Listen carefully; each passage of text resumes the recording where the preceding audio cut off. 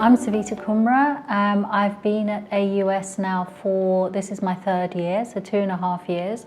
And I've been in the UAE for the last 3.5 years. I was in Middlesex University for the first year, and then I've been at AUS ever since. And then before that, I was in the UK, working at Brunel University and Oxford Brookes University primarily. So very much a UK career, but then in the last 3.5 years or so here over in the UAE. And I'm an associate professor here at AUS, and I'm in the management department. So I started I've had a fairly long career because I'm not a young woman, I'm a reasonably older woman. So I actually started my career in the 80s, late 80s. After I finished my master's, I went to LSE, so London School of Economics, and I went into human resources actually at that time.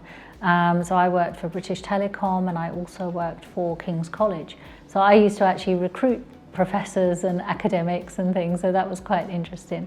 And then I had the chance to teach while I was there, loved that, so left my HR job and found an academic job, and then I did my PhD shortly after.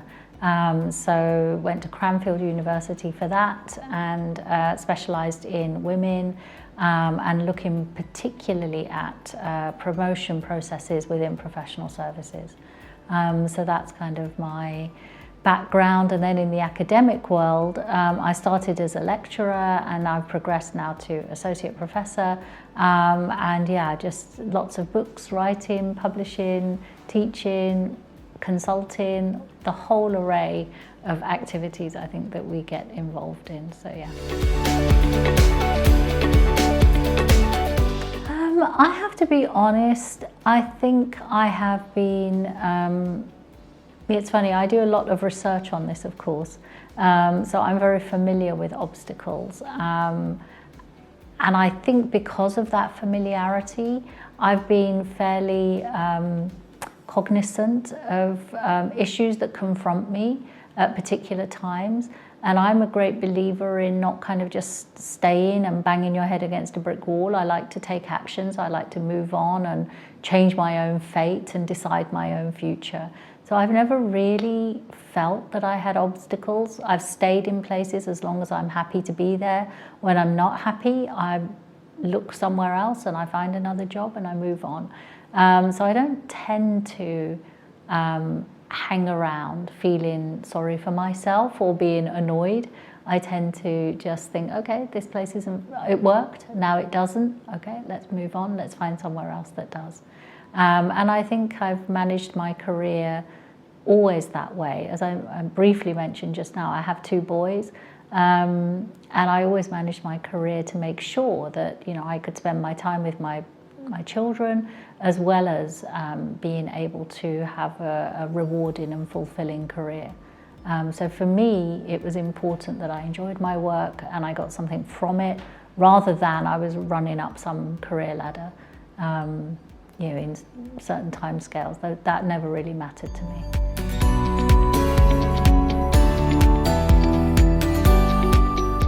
You know, I think from 2 perspectives really. I think it's certainly the right thing to do. It's morally and ethically and socially the right thing to do. Society won't prosper, it won't thrive if we don't have organisations that make full use of all the resources that are available to them. And of course that doesn't mean just the male resources or young resources, or, you know, any other, you know, people from a certain nationality and not others. That means all the resources in all the packages they come in. So I think it's the right thing to do, but it's also, you know, we see it's the bright thing to do. You know, countless studies show over and over again that the more diverse the organisation is, the more creative it is, the more innovative it is, the better it performs, and so on and so forth. So, you know, we have a win-win situation here. It's quite astonishing to me that organisations still need persuading. I dare say it is to your organisation too. But there's, the evidence is incontrovertible. It just makes sense to do it. So yeah, the sooner organisations get on board, the better. So AUS, I think, is extremely forward-looking on this issue. We have our first female dean in the School of Engineering, which is amazing news. I'm very much hoping our acting dean here in SBA is also a woman, a finance professor, and we're recruiting for the full-time position, and certainly I would be extremely happy if she would stay with us. So that would be wonderful. So then half the deans would be women, which would be fantastic. I think you'll see across the faculty, women are represented across all the grades.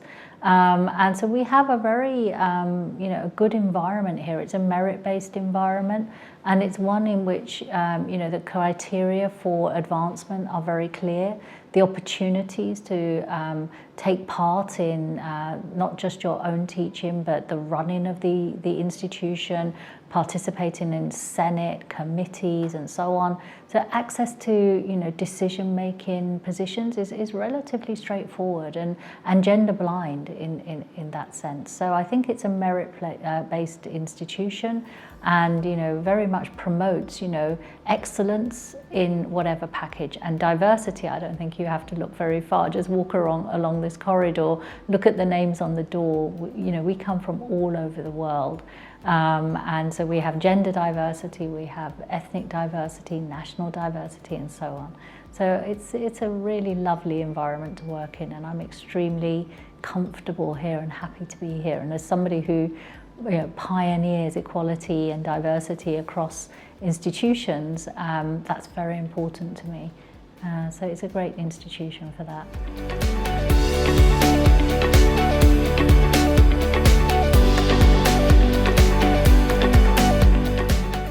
I think, we always have to be very much contextually based, and we have to understand the environment within which we work.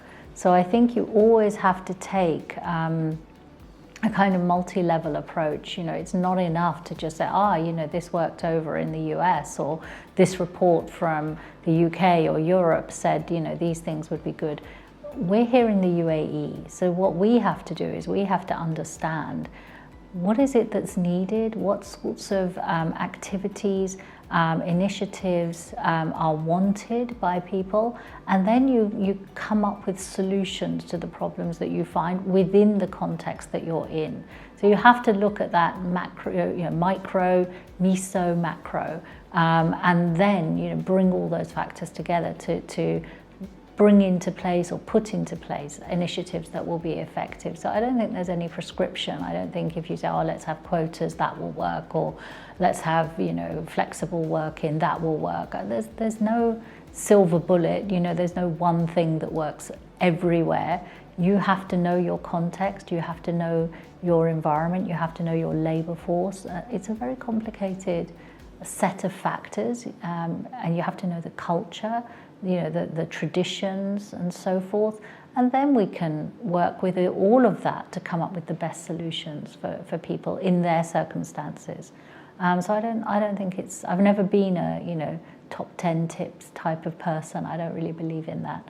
So I think the most important thing is to understand where you are, who you're dealing with, what they need, and then find a solution that works for everybody. In the region, we do tend to follow fads a little bit, too much, I would say. We forget that it's actually about the culture of an organisation. There's no point, pulling a few women out, putting them on a 3-day course, and then putting them back into the same organisation they were in before.